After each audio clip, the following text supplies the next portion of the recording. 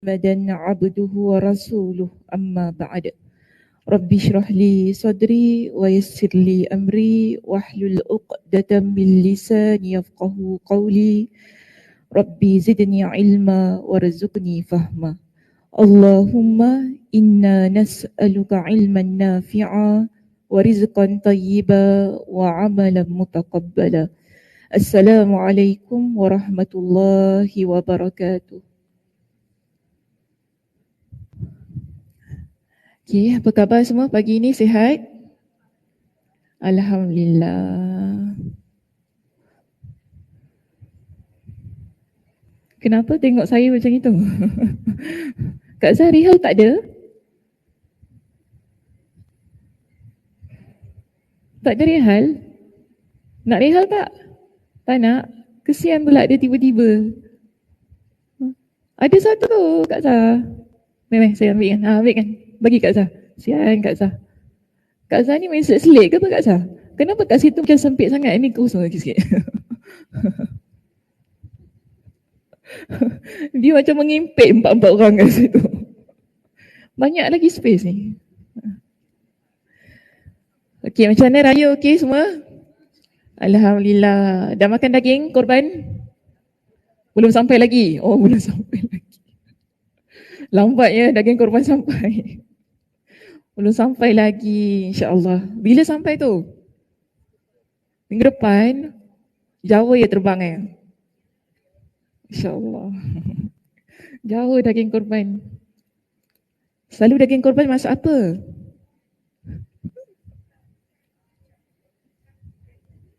Kicap? Capcay?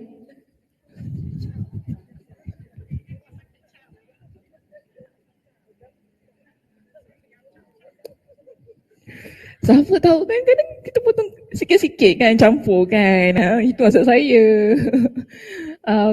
Potong tipis-tipis, goreng dengan sayur.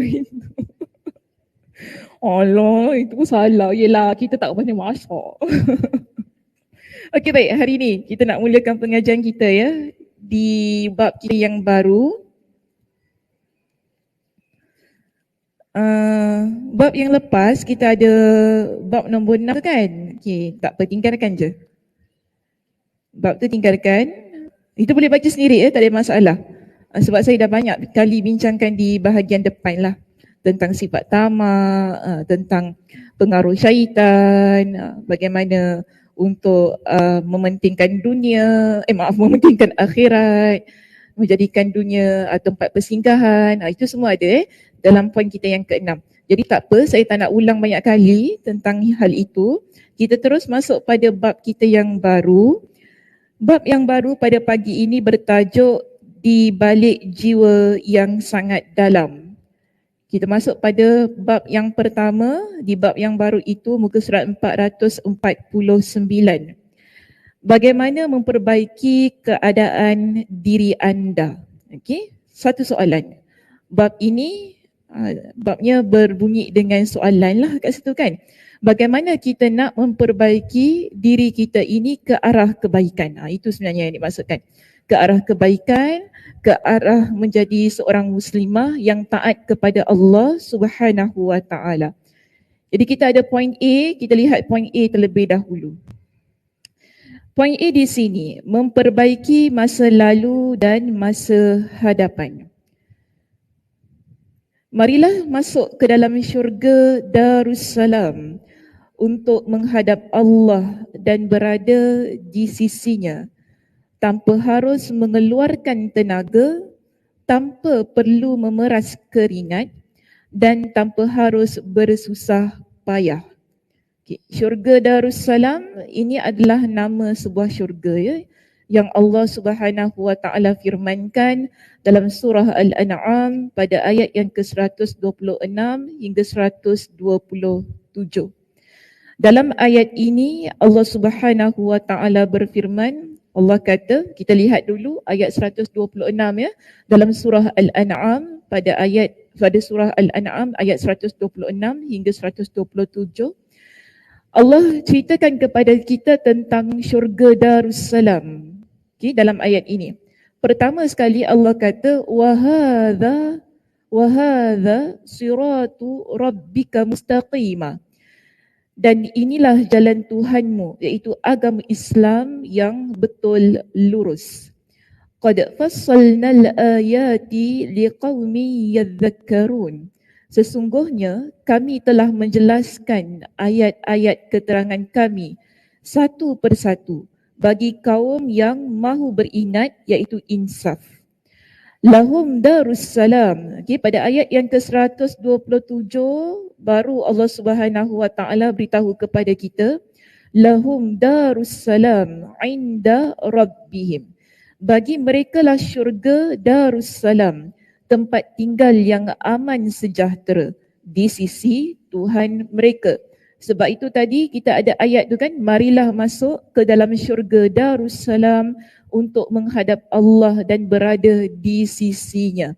Okey, bertepatan dengan surah Al-An'am ayat 127. Wa huwa waliyuhum bima kanu ya'malun. Dan dialah, iaitu Allah, penolong mereka disebabkan amal-amal yang baik yang mereka telah kerjakan. Menerusi ayat ini ya muslimah yang saya kasihi, kita lihat pada ayat ke-127 itu tadi, Allah Subhanahu Wa Taala memberitahu kepada kita bagi mereka lah syurga darussalam. Jadi siapakah yang dimaksudkan dengan mereka di dalam ayat ini? Tadi saya datangkan ayat 126 kan di awalnya, iaitu pertama kita lihat Allah kata wahaza siratu mustaqima, dan ini adalah jalan yang lurus. Bermakna mereka yang ikut pada jalan yang lurus. Okay, setiap hari kita baca surah Al-Fatihah kan? Apa yang kita minta kepada Allah? Ihdinas siratal mustaqim. Ya Allah, tunjukkanlah kepada kami jalan yang lurus. Dan Allah Subhanahu Wa Taala berikan dengan ganjaran syurga bagi mereka yang berada di atas jalan yang lurus ini. Sebab tu Allah kata lahum darussalam, yang mana pada mulanya Allah kata inilah jalan kami yang lurus, maka ikutilah jalan itu. Kemudian bukan itu saja, bukan semata-mata kita ni berada pada jalan yang lurus, iaitu kita taat kepada Allah, kita jadi seorang muslimah yang betul-betul meninggalkan segala larangan Allah, bukan itu saja. Tetapi pada ayat yang ke-126 itu tadi dalam surah Al-An'am, Allah Subhanahu Wa Taala ingatkan kepada kita, orang yang berada dalam syurga darussalam ialah mereka yang mana bila mereka baca Al-Quran, mereka mengambil pengajaran daripada ayat Al-Quran. Okey, bila kita baca Al-Quran, sehari-harian kita ini kan, setiap hari kita baca Al-Quran, adakah kita baca-baca gitu sahaja? Dia tak sedemikian. Tetapi pembacaan Al-Quran tersebut menjadikan kita orang yang mengambil pengajaran sehingga kita jadi muslimah-muslimah yang insaf atas setiap apa yang berlaku di atas muka bumi ini. Dan Allah Subhanahu Wa Taala juga ingatkan pada ayat yang berikutnya itu, iaitu pada ayat yang ke-127 di perenggan yang terakhirnya, Allah kata Allah menjadi penolong kepada orang ataupun kepada mereka yang Allah masukkan ke dalam syurga darussalam kerana amal-amal baik yang mereka telah kerjakan. Jadi kita faham gini muslimah, syurga darussalam. Darussalam ni maksudnya ialah rumah keamanan, rumah yang ada ketenangan di dalamnya. Okey, salam maksudnya ketenangan, keamanan, keislam, kita panggil sedemikian. Di sini Allah berikan 3 ciri utama kepada mereka yang layak untuk masuk kepada dalam syurga itu. Pertama tadi, mereka yang berada di atas jalan yang lurus sebagaimana surah Al-An'am 126. Kemudian Allah kata untuk mereka yang mana bila baca Al-Quran, mereka akan mengambil Al-Quran itu sebagai pengajaran, lalu berasa insaf, nak muhasabah, nak perbaiki diri mereka. Dan yang ketiga dalam surah Al-An'am juga, tapi pada ayat yang ke-127, Allah ingatkan kepada kita kenapa seseorang itu Allah masukkan dalam syurga darussalam, disebabkan amal soleh mereka. Okey, so kita ada 3 di sini. Maka sebab tu di sini kita balik ya pada perenggan kita dalam kitab. Pertama sekali diminta kepada kita tadi, kita semua di sini, masuklah ke dalam syurga Darussalam itu tadi untuk kita menghadap Allah dan berada di sisinya tanpa harus mengeluarkan tenaga, tanpa perlu memeras keringat dan tanpa harus bersusah payah. Bahkan anda dapat menuju negeri itu, iaitu masuk ke dalam syurga Darussalam itu tadi melalui jalan yang paling dekat dan paling mudah, iaitu dia kata, bukankah sekarang ini anda berada pada suatu waktu yang diapit oleh dua waktu?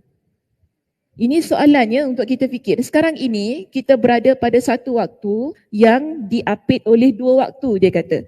Kemudian dia kata, dan waktu tersebut pada hakikatnya adalah umur yang anda jalani sekarang, dan ia berada di antara waktu yang telah lalu dan waktu yang akan datang. Okey, so kita lihat begini.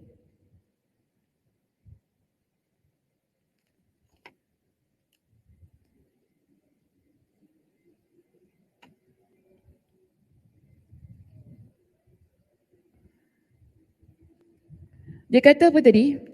Kita ini sekarang berada pada satu waktu yang diapit oleh dua waktu kan? Maka dia kata waktu itu adalah umur kita. Okey, umur ini adalah masa, ia juga adalah waktu yang diapit oleh dua waktu. Okey, satu ialah yang telah lalu, iaitu masa kita yang dah berlaku, yang dah berlalu tu semua kan, dia berada di sini, dan juga yang akan datang.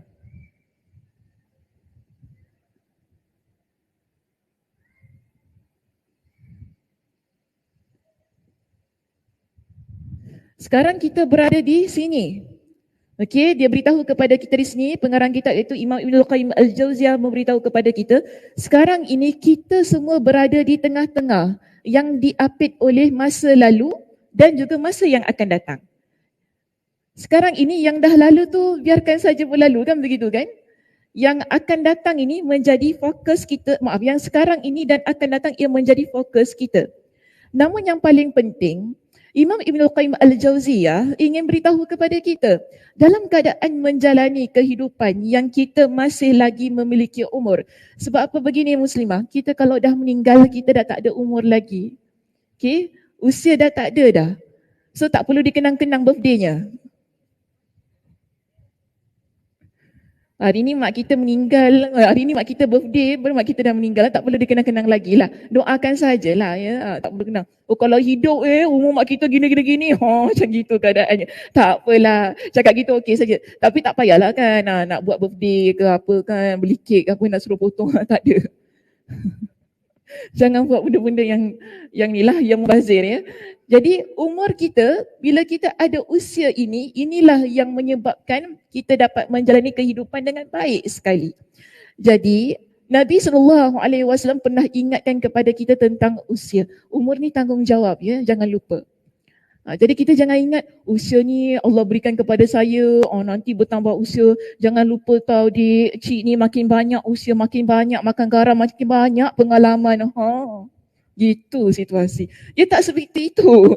Tetapi Allah Subhanahu Wa Taala, Nabi SAW ingin ingatkan kepada kita, umur ini adalah tanggungjawab dan amanah yang akan dipersoalkan di hari kiamat. Sebab itu dalam hadis riwayat Imam At-Tirmidzi dengan sanad yang sahih, Nabi SAW mengingatkan kepada kita, la tazul qadama bani Adam. Kedua kaki anak Adam tidak akan berganjak fil yaumil qiyamah, pada hari kiamat, selama mana tidak ditanyakan kepada dia dengan 5 perkara. Okey? Pertama, Nabi sebut apa? Ana umrihi fima afna, tentang umurnya bagaimana dia habiskan. Allah akan tanya pada kita nanti waktu kita nak dihisap ya. Hisap ni ada perhitungan mana yang baik, mana yang buruk. Tapi Nabi kata kita tak akan beranjak daripada tempat penghisaban ini. Maknanya kita nanti ada stesen-stesen kita di padang mahsyar nanti di hari kiamat kelak. Okay, kita ada stesen-stesen kita tak akan berganjak daripada tempat penghisaban itu selama mana Allah tak tanya tentang umur kita. Kita buat apa dengan umur kita ni? Usia kita, sepanjang kita hidup, apa yang telah kita peruntukkan? Apa yang kita perjuangkan dalam kehidupan kita? Selama mana Allah berikan kepada kita dengan usia. Kita usia 40 tahun, 50 tahun, 60 tahun, 70 tahun. Kita fikir apa kita buat sepanjang kita hidup ni. Kan daripada kita muda. Kalau kita lihat pada riwayat yang lain, Nabi kata apa? An syababihi. Tentang masa muda dia, apa yang dia buat. Ini semua akan dipersoalkan. Sebab itu kita nak buat apa-apa masa kita hidup ni, kita kena fikir banyak-banyak. Dia jangan asal tak apa, buat dulu lepas tu boleh fikir. Bukan gitu.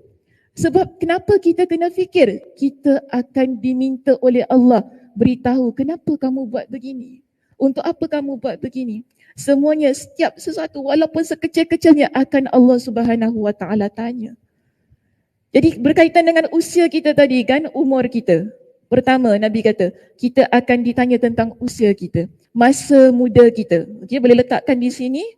Dalam riwayat yang lain, Nabi SAW kata apa? Masa muda. Bila ditanya tentang umur, tentang masa muda, bermakna kita faham di sini. Kita ada tanggungjawab untuk memenuhi setiap masa kita dengan perkara-perkara yang baik. Dengan perkara-perkara yang boleh menghantar kita ke Darussalam itu tadi. Iaitu ke dalam syurga Allah Subhanahu Wa Taala yang digelar sebagai Darussalam tersebut. Jadi dalam hal yang begini, kita perlu banyak berhati-hati tentang dengan siapa kita berteman, kan? Dengan siapa kita kahwin, dengan apa yang kita buat dengan anak-anak kita, cucu-cucu kita, kan? Apa yang berlaku ni semua di sekitar kita ini. Semuanya Allah akan minta dipertanggungjawabkan. Jadi jangan kita kata, oh tak ada kena-mengena dengan saya, tak ada kena-mengena dengan saya. Selama mana hal itu ada kaitan dengan kita, yang mana puncanya daripada kita, ianya ada kena-mengena dengan kita. Ianya akan berkaitan dengan usia kita. Okey, saya anggap macam inilah yang Muslimah. Setiap daripada diri kita, kita perlu ada satu masa yang mana sentiasa memuhasabah diri kita. Koreksi diri kita. Setiap kali bila kita ni menyambut hari lahir, apa yang kita buat? Ini yang perlu kita insafkan. Setiap kali bila kita menyambut hari lahir ni kan, dia bukan semata-mata tentang berganjaknya usia daripada satu nombor yang kecil kepada satu nombor yang lebih besar. Dia bukan begitu. Tetapi bagaimana kita memuhasabah diri sebagai hamba Allah yang telah menjalani kehidupan di atas muka bumi ini. Adakah pada tahun lepas, pada usia saya yang lepas, saya dah cukup banyak beramal soleh? Adakah pada tahun lepas ataupun pada usia saya yang lalu saya dah banyak bertaubat kepada Allah Subhanahu Wa Taala? Apa yang saya buat sepanjang usia itu yang saya rasa saya boleh berpuas hati? Kita perlu tanya balik pada diri kita. Dia bukan semata-mata Alhamdulillah, Alhamdulillah. Dia bukan semata-mata itu. Tetapi Allah beri lagi kita peluang. Beri lagi kita satu keadaan yang mana kita patut bersyukur, yang mana dengan kesyukuran itu kita jadi manusia yang lebih baik. Okey, itu yang perlu setiap tahun kita lakukan. Ada orang Allah Subhanahu Wa Taala bagi 3 hari saja birthday. Lepas tu innalillahi wa inna ilaihi rajiun. Ada yang begitu. Gitu, baru birthday minggu lepas minggu ni dah meninggal. Kan ada orang je begitu. Sebagai satu bentuk muhasabah untuk kita yang masih hidup. Tak bermakna kita dah sambut hari lahir tu kan, oh Alhamdulillah usia saya panjang. Tak begitu. Tapi kita, ini adalah masa untuk kita lebih berjaga-jaga. Lagi-lagi kalau dah masuk usia 40 tahun ya, kena ingat ni. Usia 40 tahun ni kena jaga-jaga. Itu kira permulaan kita melangkah sikit lagi nak masuk ke alam barzakh. Ada orang kata, oh 40 ni adalah age is just a number. Itu kan orang katakan, usia tu nombor je. Yang penting kita masih muda. Antara perkara yang buat kita lalai ialah bila kita asyik rasa kita ni masih muda. Kena ingat itu. Kita muda lagi kan. Tengok Saudara Sakinah, umur dia berapa? Muka budak-budak. Macam gitu kan. Kita kan akan jadi orang yang lalai tau. Bila kita nampak diri kita sihat, bila kita rasa diri kita muda lagi, bila kita ada kekuatan, kita akan lalai. Dan Allah Subhanahu Wa Taala, bukan saya kata Allah sengaja ya, tetapi Allah Subhanahu Wa Taala nak lihat kita ni nak jadi ataupun apakah step yang berikutnya yang kita nak buat dalam hidup kita ini. Dalam keadaan diberikan segala-galanya berkaitan dengan usia itu. Tapi kalau kita terus dalam keadaan kelalaian, kita sendiri yang akan jawab nanti di akhirat. Jangan salahkan mak kita ataupun orang lain, suami kita, sebab mak saya lah saya lalai, sebab suami saya lah saya lalai. Tidak. Di akhirat kelak kita semua yang akan bertanggungjawab dengan dosa dan pahala masing-masing. Okey? Baik, seterusnya yang kedua. Nabi SAW ingatkan kepada kita tentang ilmunya, apa yang dia buat dengan ilmu dia. Kan di hari kiamat kelak, kaki kita ni tidak akan berganjak, okay? Kedua telapak kaki tak akan berganjak, melainkan setelah ditanya tentang 5 perkara. Okey, satu ialah tentang umur. Sebaik bukan mic yang jatuh Kalau mic jatuh, sebaik mic tu kat atas kepala. Okey, yang pertama, tadi kan tentang umur, kedua ialah tentang ilmu. Tentang ilmi fima fa'ala. Tentang ilmunya apa yang dia buat. Sekarang kita ada ilmu, adakah kita beramal dengan ilmu kita? Ini dia akan tanya, okey?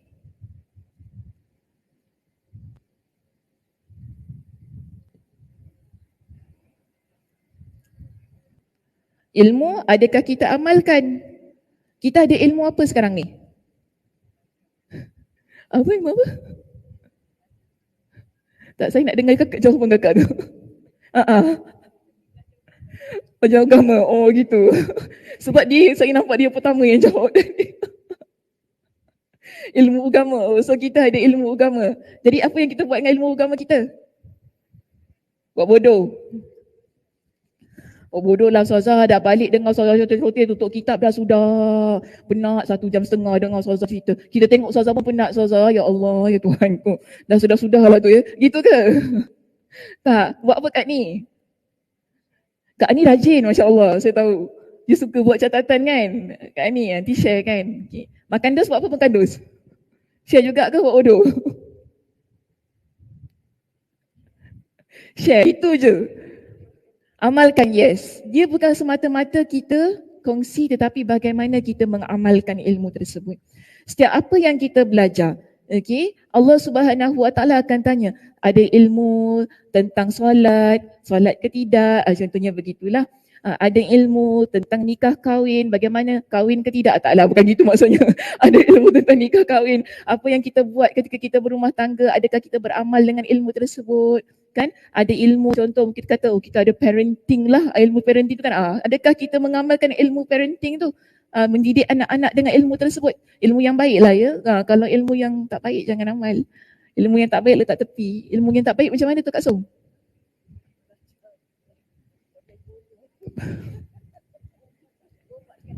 Obatkan orang, tapi kalau baik Allah yang baikkan. Dia yang cakap bukan saya. Ilmu obatkan orang. Tapi kalau kita belajar ilmu obatkan orang tu ilmu yang baik, tak boleh. Yang khurafat, betul juga yang khurafat lah, mana ilmu-ilmu yang merepek-merepek, senang cakap gitu kan. Ilmu yang merepek, yang tidak ada asas, yang tidak ada dalil lah, senang cakap begitulah. Yang tidak ada, kita panggil, hanya berdasarkan kepada nafsu semata-mata. Senang begitu. So kalau ilmu-ilmu yang begini tinggalkan. Kita tak ada kepentingan lah ya untuk beramal dengan ilmu tersebut. Baik, yang ketiga, Allah akan tanya tentang anmalihi, harta. Okey, harta ni kita bagi kepada sekejap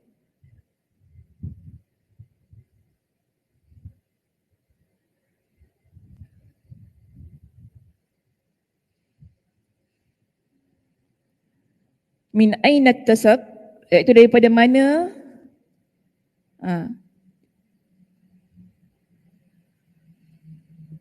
daripada mana diperoleh, Kemudian ke mana dibelanjakan?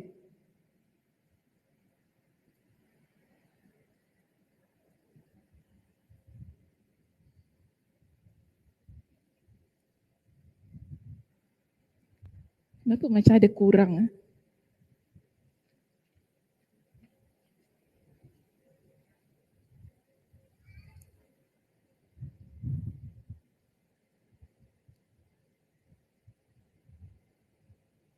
Oh, betul lah, betul. Okay. Ini nombor 4.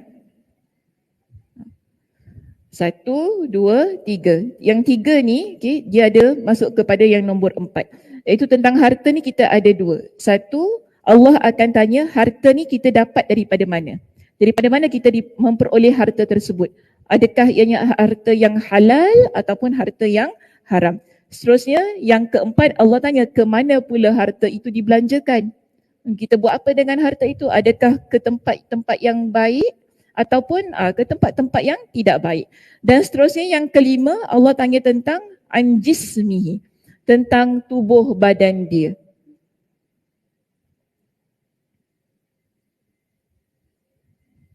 Okay. Tubuh badan digunakan untuk apa? Makan tak ingat dunia. Ini termasuk menjaga kesihatan, ya. Menjaga kesihatan kita, ia termasuk sekali. Kalau kita lihat di sini nombor 5, ya, tentang tubuh badan kita. Menjaga kesihatan, mental health kita, kesihatan mental, emosi, ni semua berkaitan dengan tubuh badan kita. Jadi tubuh badan ni amanah, kan? Selalu orang cakap dengan saya, Ustazah, buat apa kita nak cantik-cantik kan? Kita tak boleh cantik-cantik orang perempuan, kalau gitu kan. Habis pasal nak sekir-sekir. Soalan. Pasal nak sekir-sekir lah. Bayangkan saya mengajar kat depan kan, tudung tak gosok, baju pun tak kisah kan. Tudung purple, baju colour apa? Kuning. Baju kuning.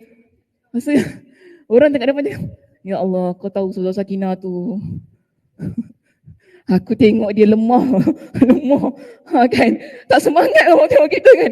Tak semangat aku tengok dia. Ya Allah, dengan muka dia tak berbedak. Aduh, dengan tarik mata. Dengan muka dia, ya Allah, tak tahu nak jadi apa. Itu nampak tak? Kita menunjukkan contoh yang tak baik kan kepada muslimah-muslimah, betul tak? Dia sekitar habis nak sekir-sekir, nak bau jalan. Tak boleh, ini amanah, ya. Tubuh badan kita, kulit kita ni amanah. Betul lah, kita wanita tentang tubuh badan ini kita wajib untuk tutup. Itu wajib, kan? Kita wajib jaga, tidak menjadi perhatian. Okay? Menjadi perhatian tu macam menjadikan ia sebagai satu bentuk menggoda orang lain. Itu memang salah. Tapi Allah Subhanahu Wa Taala perintahkan kepada kita supaya jaga amanah itu. Jaga kesihatan badan kita, jaga kebersihan diri kita. Lagi-lagi kita orang perempuan kan. Orang perempuan kalau sikit-sikit ni tak comel lah. Ya Allah, ya Tuhanku. Jangan macam itu. Kita jangan. Dia macam ni tau. Jangan, dia bukan pasal pakai baju mahal, tudung mahal. Dia bukan pasal tentang itu. Tetapi lah bagaimana kita bersihkan diri kita. Bagaimana kita ni jadi orang yang kemas. Jadi kita sudah dah cukup. Dia tak semestinya mesti mahal, mesti pakai makeup 5 inci, 6 inci. Ya, bukan macam itu. Dia bukan begitu. Okay? Dia tak kisahlah. Bagi saya tak kisah nak pakai bedak ke, nak pakai celak ke, nak pakai lipstick ke pun pakailah. Macam tu kan. Yang penting tahu niatnya kenapa anda pakai sedemikian. Tapi yang penting nak solat tu tahu macam mana nak buat. Masing-masing, diri masing-masing. Sebab kita tak boleh nak kata, oh tak boleh gitu, tak boleh gini. Sebab setiap orang dia ada ruang dia yang dia perlukan. Contoh, ada muslimah yang datang pada saya. Habis macam mana Ustazah? Saya kan kerja customer service kat kaunter. Takkan tak boleh pakai bedak. Takkan saya tak boleh nak ni kan, cantik-cantik kan, nanti kan orang tengok. Itu tugas dia. Dia macam begitu sebab dia mesti present diri dia dalam keadaan yang sedemikian. Itu adalah keperluan, tanggungjawab tugasan dia yang dia perlu buat. Cuma bagi saya lepas itu nanti pandai-pandailah kan bagaimana dia nak solat, bagaimana dia tu nak menjaga diri dia dan sebagainya. Jadi kita jangan sampai kita ni mengutuklah orang, teruk dia tu pakai tebal-tebal lah apalah. Kita tak boleh untuk meletakkan sesuatu hukum yang sedemikian. Salah, ada perkara yang salah, yes, ia salah. Cuma bagaimana nak judge tu dengan cara yang lebih adil untuk satu keadaan. Okay, so kita kena hati-hati jugalah. Tapi yang penting yang saya nak kata di sini, wanita jangan membiarkan tubuh badan itu tidak terjaga. Ia adalah tanggungjawab kita. Pastikan diri bersih, kemas, jaga kesihatan dengan sebaik-baiknya, makan jangan ikut suka hati. Okay. Jangan ikut suka tekak, nak makan selagi boleh makan-makan. Macam tu kan, jangan macam itu kita. Jaga kesihatan. Sebab ini amanah. Tapi ada orang dia jaga kesihatan, sakit juga. Nak buat macam mana kan? Itu dah memang takdir Allah Subhanahu Wa Taala. Yang penting ialah kita tahu bagaimana nak bawa diri kita ketika dalam keadaan nak menjaga tubuh badan tu tadi. Tapi yang saya sebutkan tadi jaga aurat itu dengan sebaik-baiknya. Okay, Allah Subhanahu Wa Taala akan tanya tentang aurat kita. Orang perempuan, auratnya dijaga bagaimana? Kan, kaki, tangan, wajah tu apa dibuat, adakah ditayang-tayang wajahnya untuk tujuan apa, ni semua Allah Subhanahu Wa Taala akan tanya. Jadi kalau betul niatnya, betul tujuannya, insya-Allah betul lah keadaannya, betul lah pertimbangannya di akhirat kelak. Okey, baik, seterusnya kita lihat di sini. Waktu yang telah lalu dapat diperbaiki dengan cara bertaubat, menyesal dan beristighfar. Melakukan semua itu tidak akan membuat anda merasa payah, lelah atau berat. Sebab perbuatan-perbuatan tersebut tak lebih dari sekadar amalan hati. Sedangkan waktu yang akan datang dapat diperbaiki dengan mencegah diri dari segala perbuatan dosa. Yang telah lalu di sini, bagaimana nak diperbaiki dikata tadi dengan taubat.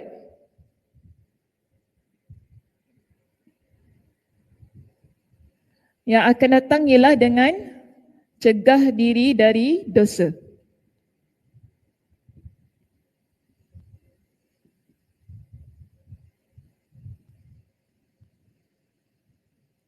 Okay, kita kat tengah-tengah, ingat ya. Kita sekarang berada di sini. Umur kita ni yang sedang kita lalui.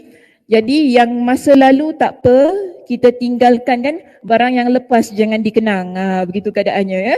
Barang yang lepas tu jangan dikenang. Tetapi yang perlu dibuat ialah dengan bertaubat kepada Allah. Bila kita ada melakukan dosa, bila kita ni ada melakukan hal-hal yang mungkin dulu kan semua orang, bagi saya dia ada masa-masa kejahilan dia. Gitu kan? Kita ada masa-masa silap kita yang mana kita tak tahu, yang kita belum belajar lagi, ilmu kita belum cukup lagi. Ada saja kesilapan-kesilapan yang kita buat.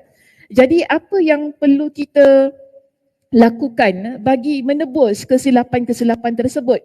Di sini dia tak mengajarkan kepada kita agar kita menangisi kesilapan-kesilapan itu setiap hari. Namun yang diajarkan kepada kita ialah dengan bertaubat, beristighfar, menyesal dengan perbuatan itu. Yang mana kita takkan ulangi lagi, kita tinggalkan perbuatan itu. Jangan dibuatlah. Sekarang bila kita tahu, kita nampak gini, usia kita mungkin 50 tahun daripada umur kita. Nak angkat ke tak nak?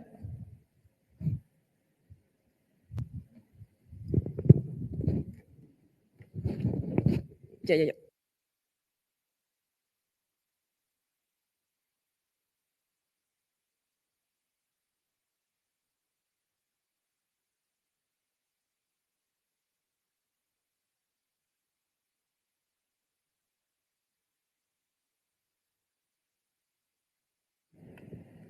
Ingatkan apa tadi delivery, menyesal angkat. Ingatkan hospital ke apa.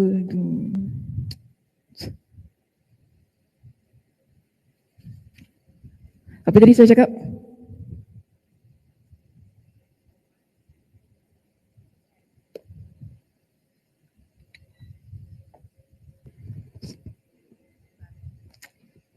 Apa kata saya cakap?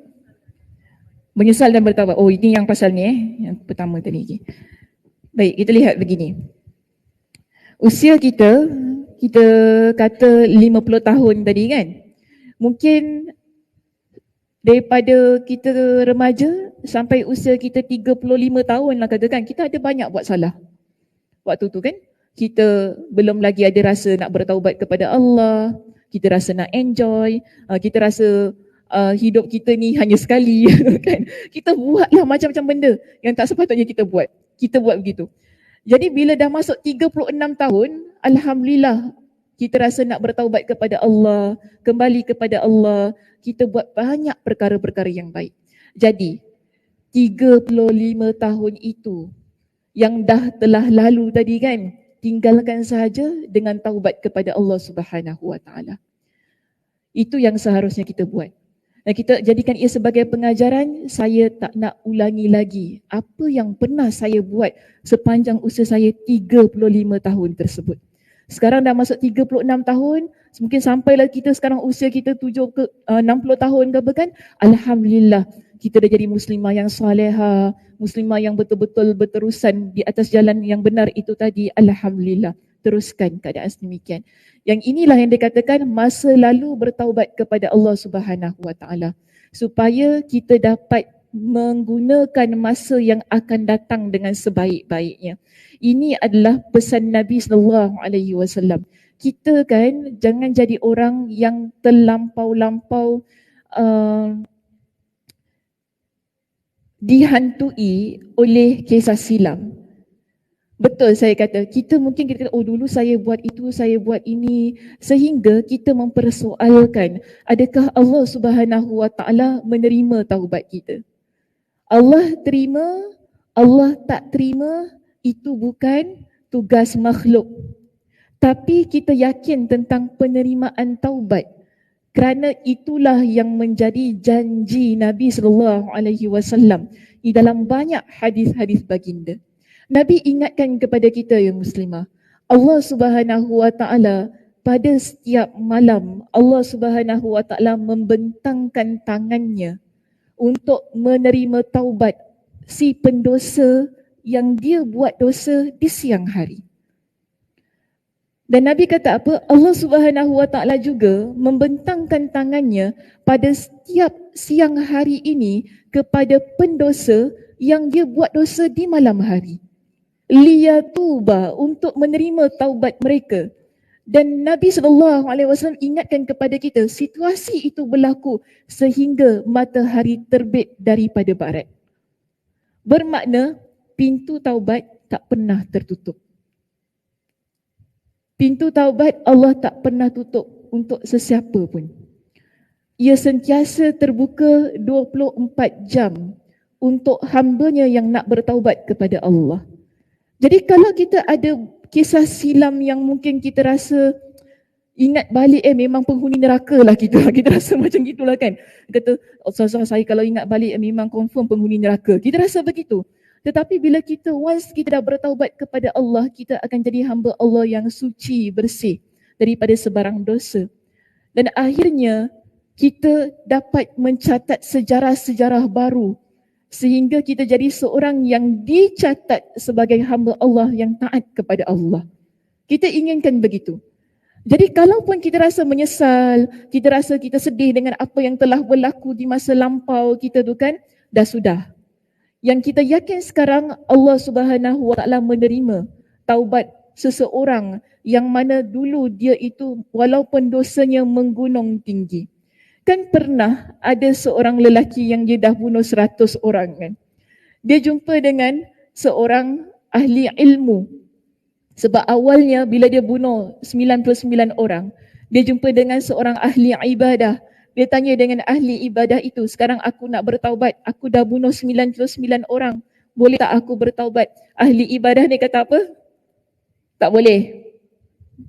Tak boleh. Kau tak boleh bertaubat kepada Allah. Apa jadi? Terimalah. Terus lelaki ini dia bunuh. Ahli ibadah itu genap 100 orang. Dah genap 100 orang tu, ini yang saya selalu kata Masya Allah Tabarakallah ya. Keinginannya nak bertaubat kepada Allah tu ada. Kita kalau dah bunuh 100 orang, dah sudahlah, genapkanlah 1000. Kita selalu berputus asa kan. Kita rasa dosa kita dah tinggi menggunung, dah ustazah, dah sudahlah, buat apa nak bertaubat kan. Alang-alang menyeluk pekasam. Biar sampai ke pangkal lengan. Kita kata gitu kan, dah habis terus, matilah aku sebagai seorang pembunuh. Mungkin kita berputus asa Yang akhirnya kita pun continue, kita berterusan jadi seperti itu. Tetapi lelaki si pembunuh ini, walaupun dia dah bunuh 100 orang, dia tunjukkan kepada kita, ini Nabi SAW cerita pada kita ya, lelaki ini tunjuk pada kita, dia tak berputus asa dengan rahmat Allah. Dia masih lagi nak cari Allah, cari jalan nak taubat pada Allah. Sebab itu dia masih lagi bertanya kepada orang ramai, aku ni nak bertaubat kepada Allah, aku nak jumpa dengan siapa? Akhirnya orang tunjukkan dia dengan ahli ilm, iaitu seorang ulama. Dia jumpa dengan ulama ini dan dia tanya dengan soalan yang sama kepada ulama ini. Cuma kalau tadi 99 lah, sekarang dah jadi 100 orang. Kan? Dia kata kepada ulama ini, saya dah bunuh 100 orang. Sekarang saya nak bertaubat kepada Allah. Adakah ada peluang ni saya nak bertaubat pada Allah? Alim ulama ini kata pada dia, na'am, ya. Wa man yahulu bainahu wa bainat taubah. Apa yang menjadi penghalang antara orang itu dengan taubatnya? Tak ada yang menjadi penghalang antara kita dengan taubat. Hatta dosa kita menggunung tinggi sekalipun. Dan inilah yang berlaku, itu berlaku pada zaman Bani Israel, Nabi kata. Itu pada zaman bukan umat Nabi SAW. Tetapi Nabi ingatkan kepada kita dengan kata yang lain, orang yang dia benar-benar bertaubat kepada Allah, yang dia nak taubat kepada Allah, dia takkan fikir tentang dosa apa yang dia lakukan. Kerana apa? Dia tahu Allah tak pernah fikir tentang dosa apa yang kau buat. Allah dia tak sama macam makhluk. Kita kalau ada orang yang nak bertaubat, kita selalunya kita meragui taubat orang itu. Kan kita meragui, kita, boleh ke tu? Dah bunuh orang 100 orang nak taubat? Tak adalah. Orang kalau dah makan tahi, ayat dia macam tu kan. Orang kalau dah makan tahi, selamanya akan makan tahi. Kita akan ucap begitu. Nampak ayat kita sangat kasar. Kita menutup ruang untuk orang lain. Padahal Allah tak pernah menutup ruang yang begitu. Allah ingatkan kepada kita, kalau dosa kamu menggunung tinggi sekalipun, tapi kalau kamu datang dalam keadaan yang tidak mensyirikkan kepada Allah, aku akan datang kepada engkau. Itu kata-kata Allah. Sebab tu kita siapa? Kalau ada orang ni dia buat dosa, kita siapa nak korek balik dosa-dosa dia? Kita tak berhak untuk kata, kau tak ingat ke dulu kau buat tu? Kau tak ingat ke dulu kau gini? Kau tak ingat ke dulu gitu? Kita tak berhak untuk kata sedemikian. Tugas kita ialah untuk menyambut orang yang nak bertaubat itu tadi dengan tangan yang terbuka. Dengan sokongan agar dia terus dekat kepada Allah Subhanahu Wa Taala. Itu tugas kita. Tugas kita bukan nak buka file orang. Nampak bukan nak cari history dia, background kita. Background dia bukan. Itu bukan tugas kita. Jadi kalau ada orang yang dia nak bertaubat kepada Allah, mungkinlah kita lihat pasangan kita. Kita kata ya muslimah. Kadang-kadang kita tahu pasangan kita ni dulu, ya Allah, na'udzubillah lah pasangan kita ni tak nak solat, tak nak pergi masjid, kita ajak-ajak pun tak nak. Sampai mungkin suatu masa kita dah tak ada rasa dah ataupun keyakinan dia tu akan berubah. Kemudian sampai satu saat Allah Subhanahu Wa Taala membuka hati dia. Dia dapat hidayah dan dia berubah ke jalan Allah. Kita jangan sindir suami kita yang nak berubah tu tadi. Kan? Betul ke bang, you nak solat, boleh ke you jadi imam? Gitu kan, gitu kan. Betul ke you nak pergi masjid ni, ikut I pergi masjid? Pandai ke you nak dengar-dengar ni semua? Dulu tak pernah semua ni, tiba-tiba mimpi apa ni? Tak lama lagi katnya orang tua ni. Kita fikir gitu. Kita alhamdulillah, itulah alhamdulillah. Kita kalau nampak kan, pasangan kita ni nak bertaubat kepada Allah, pasangan kita dah mula nak pergi masjid, dah nak mula solat, alhamdulillah. Jangan kita ungkit masa lalunya sebab yang masa lalu tu yang telah lalu sudah. Dia nak ubati, dia nak jadikan masa lalu itu sebagai sejarah yang dia balut dengan taubat. Kita terima hal itu. Kita berikan sokongan, kita berikan kepada dia dengan kekuatan. Itu pentingnya kita sebagai pasangan. Tapi kalau kita sebagai pasangan, kita memperlekehkan pasangan kita, dia tak cantik kan? Situasinya tak kena. Seolah-olah kita seorang saja yang nak menuju ke dalam syurga Allah. Kita nak menuju syurga Allah ni satu family, betul tak? Kita nak suami kita masuk syurga, anak-anak kita masuk syurga, mak ayah kita masuk syurga. Satu keturunan kita kalau boleh kita nak masuk syurga. Kita nak jumpa ahli keluarga kita dalam syurga. Ya begitu situasinya. Tapi kalau kita ni menjadi orang yang seolah-olah menutup pintu syurga tu untuk orang lain, tak tepatlah caranya kan? Dia tak elok begitu. Jadi kita jangan pandang rendah pada taubat orang lain. Kerana kita pun orang yang banyak melakukan dosa. Kita kena ingat begitu sajalah. Semua orang dia tak terlepas daripada dosa. Itu yang Nabi SAW ingatkan kepada kita. Kullu bani Adam khata'. Setiap anak Adam kita ni ada buat salah. Kita ada buat kesilapan. Tetapi sebaik-baik orang yang dia buat kesilapan, Nabi ingatkan kepada kita ialah orang yang bertaubat kepada Allah. Jadi bila ada orang yang dia buat salah, dia buat silap, dan kita memang tahu dia buat salah, lalu dia bertaubat kepada Allah, Alhamdulillah. Kerana kita tahu, kita sendiri pun tak baik mana. Kan kita sendiri pun ada banyak buat silap, ada banyak buat salah. Yang kadang-kadang kita sendiri pun lupa nak bertaubat kepada Allah Subhanahu Wa Taala. Bila kita nampak orang lain bertaubat tu, Alhamdulillah, ia menjadi satu batu loncatan untuk diri kita ingat kepada Allah. Yang kita pun ni ada banyak melakukan kesilapan. Semalam ya, ada orang tanya pada saya, di video saya yang baru tu lah, ada orang tanya pada saya. Saya tak tahulah, mungkin saya actually bukan itu niat saya untuk cakap tentang diri yang disakiti ke sebagainya. Mungkin sebab setiap orang kalau dia mendengar kita berbicara ni, dia mungkin melihat daripada sisi yang berbeza kan. Kita tak boleh expect orang faham sebagaimana yang kita faham. Betul tak? Kita cakap lain, mungkin orang faham lain. Just demikian. Okay? So saya terbuka dengan apa-apa yang orang faham tentang apa yang saya cuba sampaikan. Tapi soalannya agak menariklah. Dia bukan apa pun. Soalannya ialah bagaimana kalau orang tu dia menyakiti kita berkali-kali? Adakah kita nak buat baik lagi pada diri dia? Kalau setiap hari dia buat jahat pada kita, adakah kita masih lagi nak buat baik pada orang yang begitu? Saya bagi jawapan yang simple sahaja. Okey, buat baik semampu kita. Selama mana kita boleh buat baik, buatlah baik. Kan? Sebab kita tak pernah rugi bila kita ni buat baik pada orang lain saat kita disakiti. Bila dia menyakiti kita, itu antara dia dengan Allah Subhanahu Wa Taala. Dah sudah kita. Kita akan jadi orang yang win, saya kata. Okey? Maknanya kita akan jadi orang yang menang bila kita besarkan jiwa kita ni. Untuk buat baik kepada orang yang dah menyakiti kita walaupun kita rasa sangat dahsyat.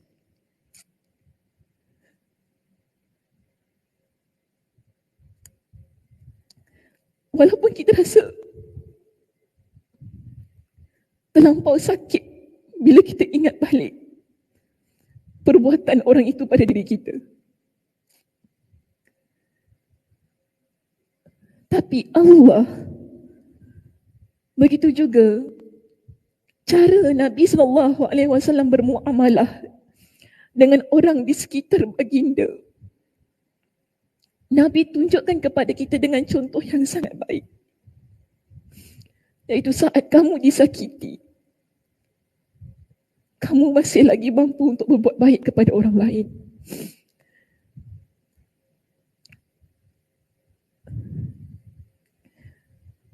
Cuma bukan saya kata tu buat baik tu macam kita kawan dunia akhirat dengan dia lah. Bukan begitu maksudnya.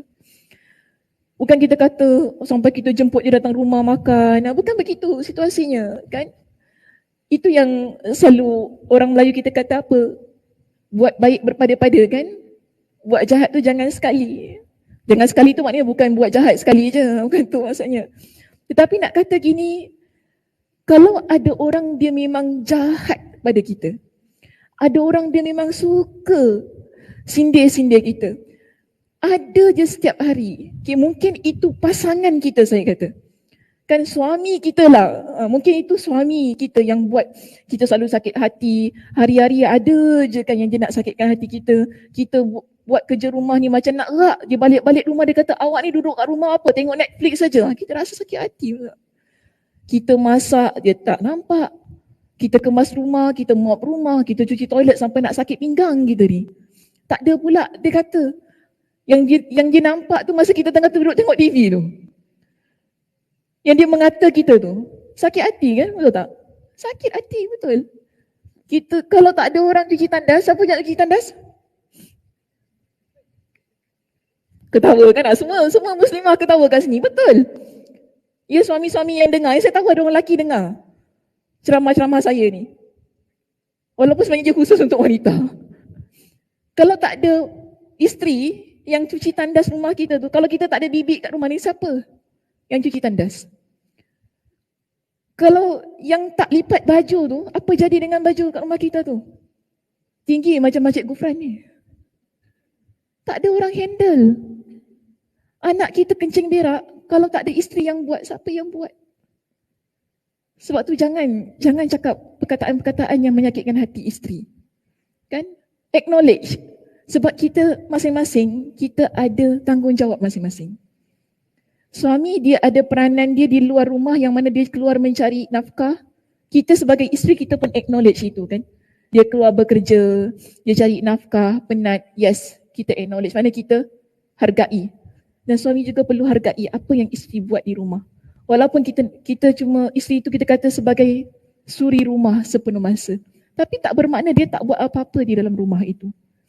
Banyak yang dia buat yang kita perlu hargai. Sama juga kita kalau sebagai anak dan ibu sebagai yang ada anak-anak, hargai. Jangan kita mudah menyakitkan hati itu, menyakitkan hati orang lain dengan kata-kata. Sebab kadang-kadang kita ni tak sedar, kita mudah menyakitkan hati orang yang dekat dengan kita. Contoh pasangan, anak-anak, mak ayah sakitkan hati, anak-anak sakitkan hati mak ayah. Kita tak sedar. Kerana mungkin sebab kita dah biasa ataupun kedekatan kita dengan orang yang ada di sekitar kita tu kan, sampai kita tak rasa ataupun kita tak sedar, kita ni banyak sakitkan hati mereka. Itu yang mungkin jadi persoalannya. Tapi kalau orang dah sakitkan kita hari-hari, takkan kita nak buat baik dengan dia? Kalau mak kita dah hari-hari sakitkan hati kita, suami kita hari-hari sakitkan hati kita, anak kita hari-hari sakitkan hati kita, kita nak buat apa? Kita masih lagi nak buat baik pada mereka? Buat baik semampu kalian. Buat baik. Selama mana kita mampu, kita buat baik. Tetapi bukan bermakna saya nak kata kita kena redha. Orang pijak kepala kita pun kita diam aja. Itu bukan caranya, bukan gitu. Sebab tu kita ada communication, betul tak? Kita ada komunikasi dalam rumah tangga. Kita ada mulut. Allah bagi kita mulut supaya kita boleh cakap yang baik-baik, beritahu apa yang kita rasa, maklumkan apa yang kita buat. Allah berikan kita mulut ni bukan untuk kita sindir orang ya. Selalunya kita gunakan lidah kita, mulut kita ni untuk hal-hal yang tak baik tau. Tapi kita lupa bagaimana nak menggunakan lidah kita pada tempat yang betul. Allah berikan kepada kita dengan lidah, dengan mulut. Okey, kalau orang tu setiap hari dia menyakiti kita, tak salah saya kata. Kita beritahu kepada dia apa yang kita rasa setiap kali dia cakap begitu. Dengan cara yang baik. Itu dia nak terima, dia tak nak terima, belakang cerita. Yang penting kita dah beritahu kepada dia. Apa yang kita rasa, apa yang tak sepatutnya dia buat. Okey, itu dia nak terima tak terima itu belakang cerita. Sebab saya tahu, orang yang begini biasanya dia akan play victim. Okey? Orang yang dia suka sakitkan hati orang lain, dia akan meletakkan dirinya pada tempat yang dia tu mangsa. Inilah yang akan buat dia mengungkit balik kesilapan kita. Biasanya begitu. Tak apa, sabar. Yang penting kita dah beritahu, kita dah luahkan apa yang dia buat pada diri kita. Itu sebab tu saya kata, dia nak terima, dia tak nak terima, itu belakang cerita. Dia nak play victim, dia rasa dia mangsa, tak, awak yang buat saya macam gini, sebab tu gini, sebab tu gini. Dah sudah. Minta pada Allah Subhanahu Wa Taala, Allah kuatkan hati kita. Dia nak cakap apa tu antara dengan Allah Subhanahu Wa Taala. Okey? Setiap kali ada orang yang sakitkan hati kita, kita doakan kebaikan untuk dia. Itu adalah perkara yang tak pernah merugikan kita sampai hari kiamat. Sampai bila-bila. Jangan kata saya tak pernah rasa ya. Mesti ada kata, yelah sedap lah tak kena kan. Yelah sedap kau cakap, nak maafkan orang, doakan orang. Jangan kata saya tak pernah rasa semua-semua benda ni. Sorry saya kata, saya lebih makan garam dulu daripada anda. Sebab tu saya cakap kat depan ini.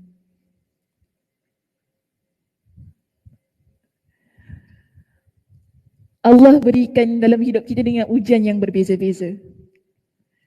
Ada perkara yang saya hadapi yang orang lain tak hadapi. Sebab tu saya faham. Ada perkara yang Allah uji saya yang Allah tak uji dengan hal itu. Sebab tu saya tahu bagaimana nak cakap. Saya cakap dalam keadaan yang saya sedar, bukan ikut kepada saya apa yang saya rasa. Okey? Bila kita dah kena, kita tahu bagaimana kita nak beritahu kepada orang lain perasaannya, rasanya, apa yang perlu dibuat. Jadi bila kita dah tahu situasi itu, kita menasihatkan yang terbaik. Apa yang sepatutnya kita sebagai orang perempuan buat. Jadi sebab itu Allah Subhanahu Wa Taala bagikan kita satu ruang ini. Ruang taubat. Untuk orang yang dia pernah menyakiti orang lain, untuk orang yang dia disakiti. Jangan kita kata, oh kita kalau disakiti orang lain kita perlu taubat ke Ustazah.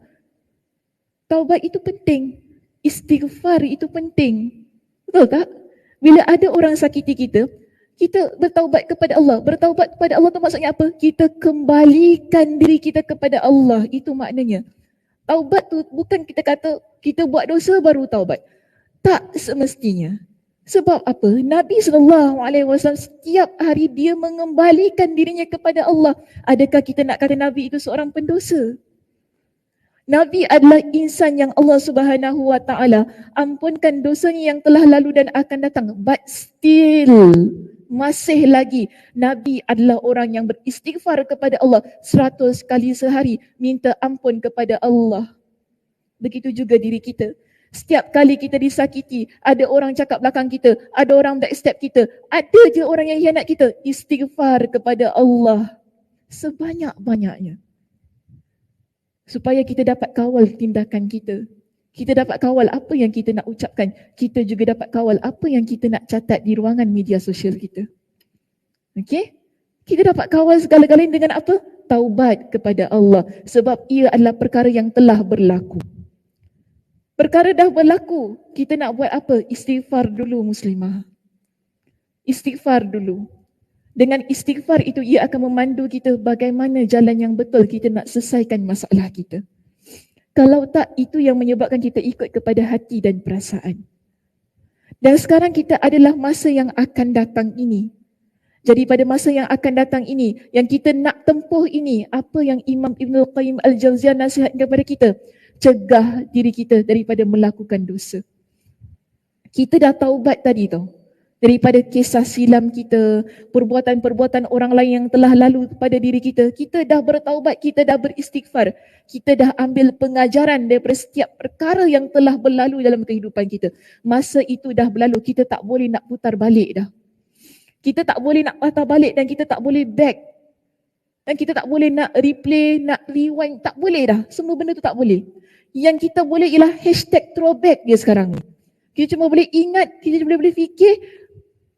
Tapi nak #throwback tu, bila kita nak fikir-fikir tu, apa yang kita buat? Taubat kepada Allah, itulah keadaan kita. Yang kita ada sekarang ialah masa sekarang, umur kita sekarang ini dan yang pada masa akan datang. So, apa yang perlu kita buat? Kita tahan diri kita agar jangan buat perkara-perkara yang Allah larang. Itu yang akan mencipta satu sejarah yang baru dalam hidup kita, sehingga sejarah-sejarah itu adalah sejarah yang menjadikan kita seorang muslimah yang solehah. Sebab itu di sini dia kata kepada kita, orang yang mana, sedangkan waktu yang akan datang dapat diperbaiki dengan mencegah diri dari segala perbuatan dosa. Mencegah diri dari perbuatan dosa bukan merupakan perbuatan yang berat bagi anda. Ya ke? Saya tanya. Sebab hal ini dapat dilakukan dengan sekadar meninggalkan dan melepaskannya sahaja, tanpa melakukan sesuatu perbuatan dengan anggota badan. Menurut Imam Ibn Al-Qayyim Al-Jauziyah, tinggalkan dosa tu senang. Betul ke? Susah. Kak Som kata susah. Siapa kata senang? Angkat tangan.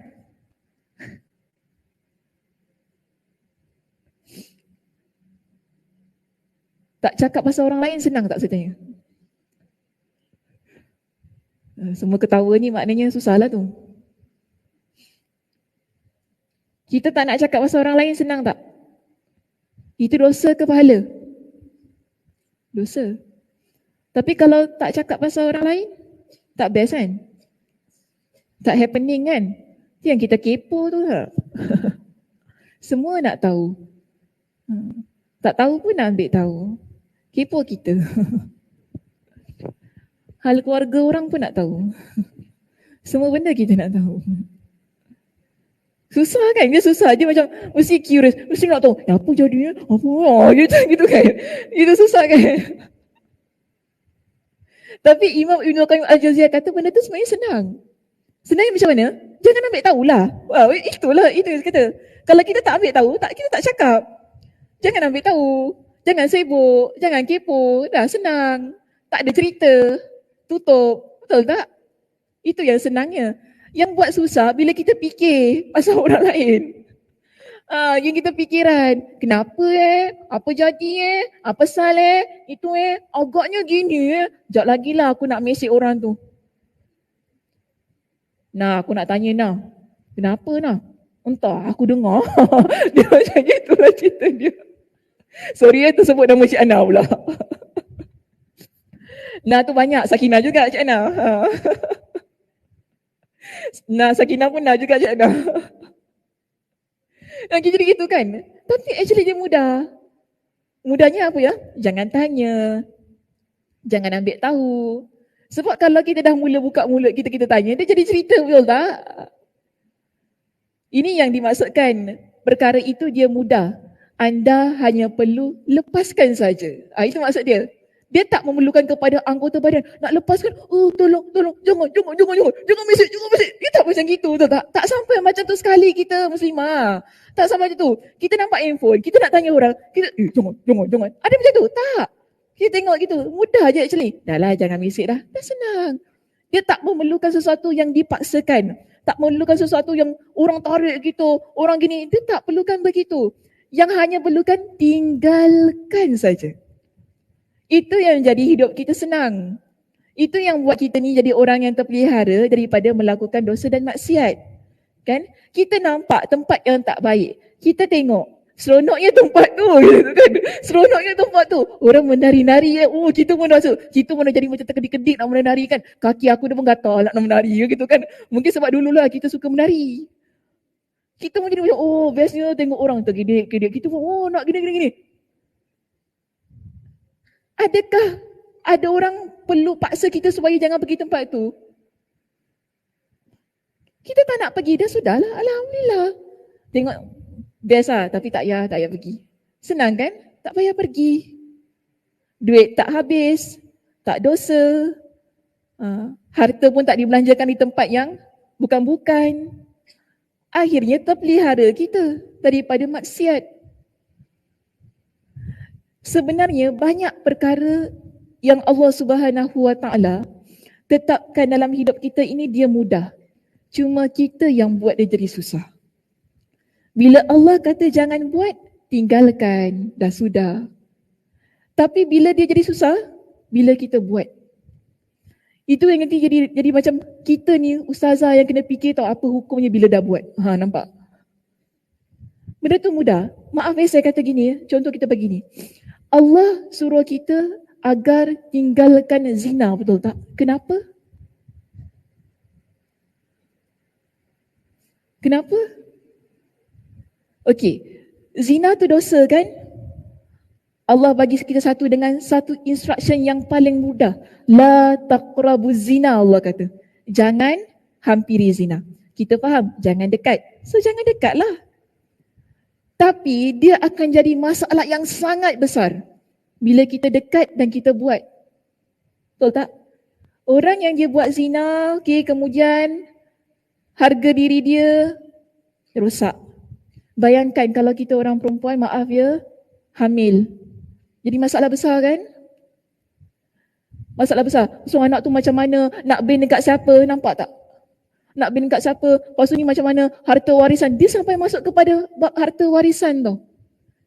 Yang kita asatizah kena fikir. Budak ni nak letak macam mana? Dia jadi macam itu. Takkah dia tu satu benda yang menyukarkan? Pada asalnya perkara tu simple. Allah kata jangan buat. Tugas kita jangan buat, dah sudah. Bila kita dah masuk pada tempat yang Allah larang itu, inilah yang menyebabkan banyak sangat problem. Mak bapak bergaduh, kan? Buang anak, betul tak? Kalau tu tadi hamil, baby tu dibuang dan sebagainya. Jadi masalah jenayah dah pula. Pelbagai isu berlaku. Berpunca daripada apa? Satu larangan Allah. Satu larangan Allah. Allah kata pada kita, jangan minum arak. Simple, jangan minum arak. Bila kita minum arak, apa jadi? Suami pukul isteri, anak-anak nampak, dia trauma, nampak apa yang berlaku dalam rumah tangga mak ayah dia. Anak-anak pula dia bawa sampai tua dia. Oh, dulu bapak aku pukul mak aku pun dia terikut-ikut. Jadi macam itu kan kita nampak. Dia jadi cycles. Sebab itu, kalau Allah kata jangan buat. Simple, asalnya simple. Allah kata, Allah larang, jangan dekat, jangan buat, tinggalkan. Kita sebagai hamba Allah, taat, sami'na wa ata'na, tinggalkan. Banyak perkara lain yang Allah suruh kita, yang Allah perintahkan kita buat, sibukkan diri kita dengan perkara yang Allah Subhanahu wa taala suruh kita buat. Akhirnya kita tinggalkan perbuatan yang Allah larang itu tadi. Dia tak jadi isu. Benda simple, akhirnya mudah kita lalui. Cuma dia jadi masalah bila kita dah buat benda tu. Itu yang susah kita nak tinggalkan. Sebab apa? Dia dah jadi habit kita kan? Dia jadi lifestyle kita, cara hidup kita. Itu yang dia buat susah. Yang dimaksudkan oleh Imam Ibn Qayyim Al-Jawziyah di sinilah, bila satu saat, bila kamu dah jadi orang yang tak pernah buat perkara itu, dan kamu tak nak buat perkara itu, dah tinggalkan, sudah simple. Dan bila kamu dah bertaubat daripada dosa itu, bila rasa nak buat lagi, tinggalkan, dah sudah. Jangan heret diri kita buat pada perkara tersebut. Sebab tu bila kita ni kan, saya banyak kali cakap begini, kita kalau tak nak buat lagi dosa lama, tinggalkan apa-apa yang berkaitan dengan dosa lama. Termasuk kawan-kawan, hal-hal yang ada kaitan lah, tinggalkan. Terutamanya orang-orang yang kawan-kawan ni lah, kan, tinggalkan. Tinggalkan tu tak bermakna kita ni kena bermusuh dengan dia, bukan gitu. Cuma jangan kita baik macam mana dulu kita baik dengan dia. Sebab kita bimbang nanti kita terikut balik. Kita nampak dia lagi kan, kita nampak dia. Akhirnya kita pun seronok seronok jadi macam dia kan. Dulu aku macam dia kan, kita terikut lagi. Akhirnya kita akan buat, kau cuma ikut kita balik. Dia akan jadi sedemikian. So tinggalkan. Jangan pernah takut bahawa kita ni tak ada kawan. Selalu ramai orang kata takutlah nanti tak ada orang nak kawan dengan kita. Kalau kita tahu bawa diri kita ini di mana, insya-Allah kita akan ada kawan. Kita kalau tahu kita nak jadi baik, kita jadi baik. Insya-Allah kita akan dapat kawan yang baik. Itu berapa ramai orang nak kawan dengan kita tu tak payahlah kita fikir. Kan? Yang penting kalau kita dapat satu orang yang baik pun dengan kawan dengan kita, dah alhamdulillah dah. Sebab kadang-kadang kita kawan dengan ramai orang pun tak semestinya ramai-ramai itu baik dengan kita. Betul tak? Tapi kalau kita dapat satu orang yang baik, itu dah alhamdulillah dah. Inilah kawan kita dunia akhirat, kita jaga dia baik-baik.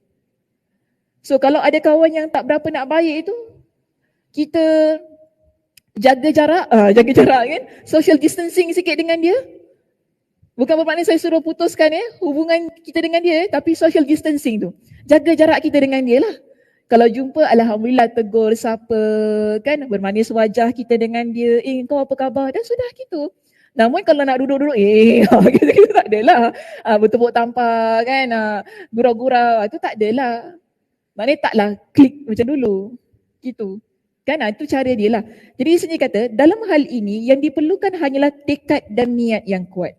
Untuk meninggalkan perbuatan dosa, tekad dan niat yang kuat inilah yang akan membuat badan, hati dan batin anda merasa tentram ketika tidak melakukan dosa. Jadi ini kita panggil sebagai kesan. Orang yang mana dia meninggalkan dosa itu tadi kan, untuk masa yang akan datang kan, dia cegah diri daripada dosa, sepanjang hayat dia, dia akan jadi seorang muslimah yang tenang. Kerana dia tak dekat dengan dosa dan maksiat.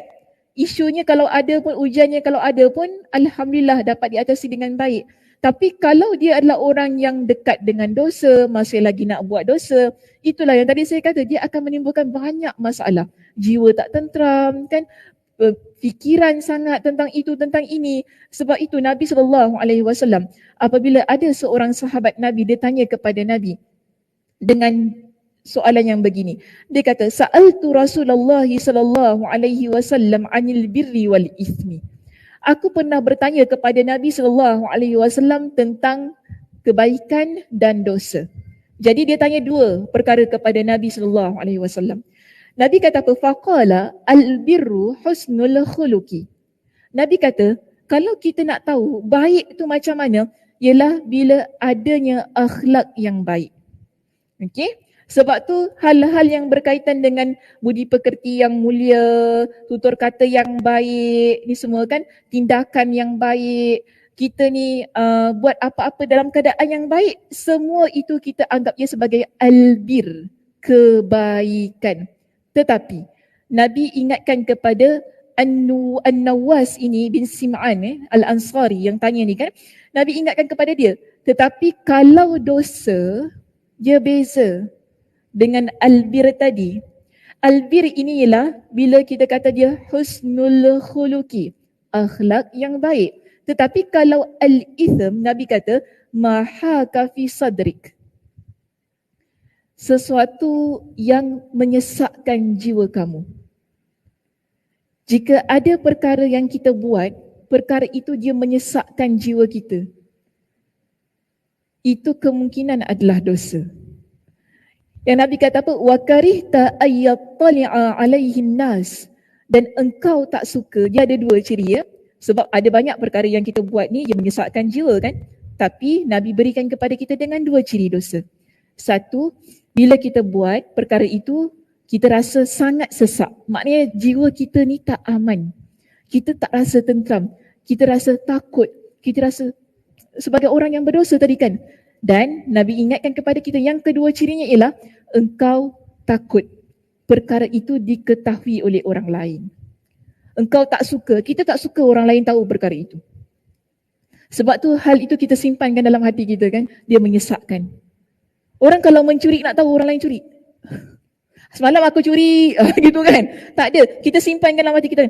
Alamak, janganlah orang tahu, jangan orang tahu. Kita simpan. Contoh, kalau kita ada buat salah dengan seseorang, kita tak nak orang lain tahu kan, kita simpan. Ke nak beritahu, tadi pijak kaki makcik tu beritahu orang lain. Kita simpan kan, sengaja pijak kaki makcik tu. Ataupun kita bangga dengan dosa. Kalau bangga dengan dosa tu lain cerita lah, tu hadis lain. Orang yang bangga dengan dosa tu hadis lain. Kita tak masuk dengan hadis itu. Ada orang kita tak rafikan dah buat dosa bangga kan dengan dosanya kan. Lagi-lagi lah zaman sekarang ni. Zaman now. Kalau bahasa Indonesia ya, pemuda-pemudi di zaman now. Zaman hari ini. Bangga dengan dosa. Bila buat dosa tayangkan kepada orang ramai. Siap rekod beritahu kepada orang, aku buat, bangga. Astaghfirullahalazim. Jangan bangga dengan dosa. Kita kalau buat dosa, kita kalau boleh antara kita dengan Tuhan. Jangan sampai orang lain tahu. Sebab tu Nabi kata apa? Kita kalau buat dosa, Tanda kita buat dosa ini, jiwa kita sesak. Kita tak rasa tenang. Sakit kepala. Kan? Kita nak pergi mana-mana pun rasa takut. Dan kita kalau boleh tak nak orang tahu kita buat perkara tu. Kita benci, wakarihta, Nabi guna perkataan itu. Wakarihta, dan engkau sangat benci perkara itu diketahui oleh orang lain. Ini namanya dosa. Jadi kita nampak tadi ada dua tandanya. Satu, sesak, maknanya tak rasa aman. Sebab tadi Imam Ibn Qayyim kata apa? Kalau kita ni cegah diri kita daripada dosa, kita akan rasa tentram, kita rasa aman, anggota badan kita, hati kita, jiwa kita, mental kita tenang. Tapi kalau kita buat dosa, itulah yang Nabi kata, jiwa engkau akan sesak. Dan engkau akan takut. Setiap hari engkau dalam keadaan yang takut orang lain tahu dosa yang engkau lakukan. Okey? Baik, seterusnya pada perenggan yang berikut yang terakhir di sini. Dengan demikian, masa lalu dapat diperbaiki dengan melakukan taubat.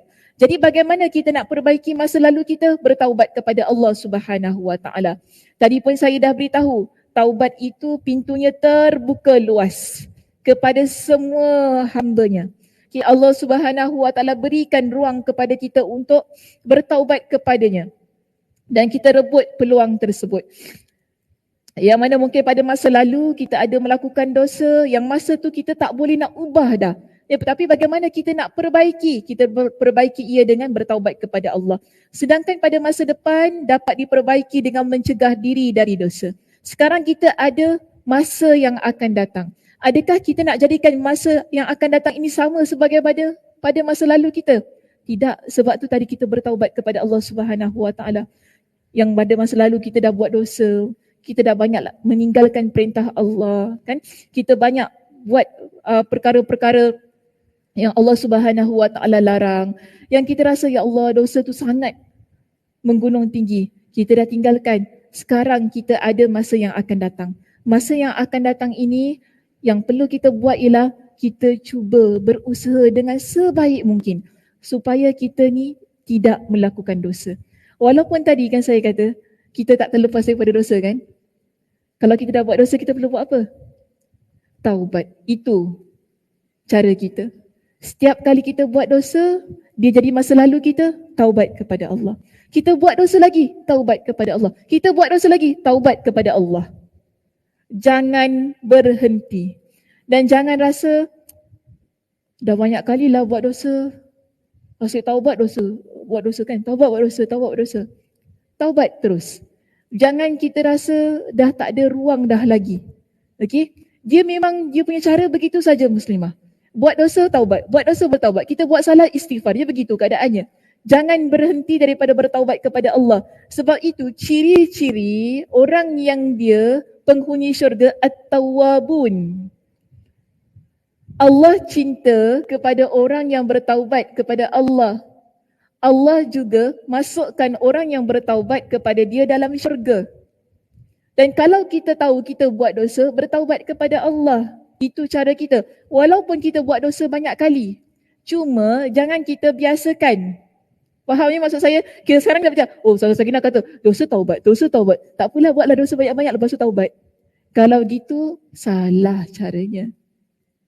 Okey? Allah Maha mengetahui. Jangan nanti lepas ni, kita ngumpat dulu ya, lepas ni kita taubatlah kepada Allah. Sekejap, aku nak ngumpat puas-puas ni. Kau dengar. Lepas ni kau pun bertaubat kepada Allah. Allah tak tutup pintu taubat sampai hari kiamat. Itu salah ya cara pengamalannya. Itu salah. Bermakna dosa di sini, kita terbuat dosa tu. Yang kita tak sengaja. Kan, yang kita terbuat. Alamak, tadi buat dosa. Yang kita tak plan. Kalau tadi tu plan ya, mengumpat tadi tu, caranya plan. Lepas ni aku nak bertaubat. Itu plan maknanya. So kalau plan caranya salah, itu tak boleh. Cara begitu tak boleh. Jangan ingat Allah tak tahu. Allah tu Maha mengetahui. Kita dah belajar tentang sifat-sifat Allah. Allah tu Maha mengetahui apa yang ada pada dalam hati kita. Walaupun kita tak kata dengan kawan kita aku nak taubat sekejap lagi. Aku tak bilang dengan Kak Som dulu lah. Aku nak cakap dengan dia. Kak Som tahu tu Ustazah Sakinah orang. No. Balik. Alhamdulillah dah cakap dengan Kak Som tadi ya. Bertaubatlah. Ya Allah. Astaghfirullahalazim. Ya Allah. Dah dengan istighfar taubat. Allahumma inni astaghfirullah. Cara begitu salah Muslimah. Okey, so jangan salah faham ya. Saya cakap tadi kan dosa taubat, tiba-tiba kita pula lagi plan. Buat banyak-banyak dosa lepas tu taubat. Itu salah. Kalau siapa yang ikuti pengajian kita, yang pengajian penawar hati di kitab yang pertama, ad-da'wa kita belajar. Tentang cara itu adalah salah. Kalau sekarang di MKS lah, cuma bab tu dah lepas lah kan bab tu. Yang mana Imam Ibn Qayyim ada ajarkan kepada kita, cara yang bertaubat yang betul tu bagaimana. Kalau kita sengaja, kita plan, itu salah caranya. Dengan menggunakan dalil-dalil daripada hadis tadi lah. Kan, dia bawakan juga kepada kita dengan dalil yang mana kita kata Allah tu buka tangan seluas-luasnya untuk terima taubat. Kita pun akhirnya buatlah dosa sebanyak-banyaknya dengan harapan nanti Allah Subhanahu Wa Taala ampunkan kita. Jadi itu adalah cara yang salah. Kalau begitu, saya pun tak tahu nak kata macam manalah. Allah terima ke tak terima, itu antara anda dengan Allah Subhanahu Wa Taala. Cuma kita sebagai asatizah, kita boleh kata cara begitu adalah salah.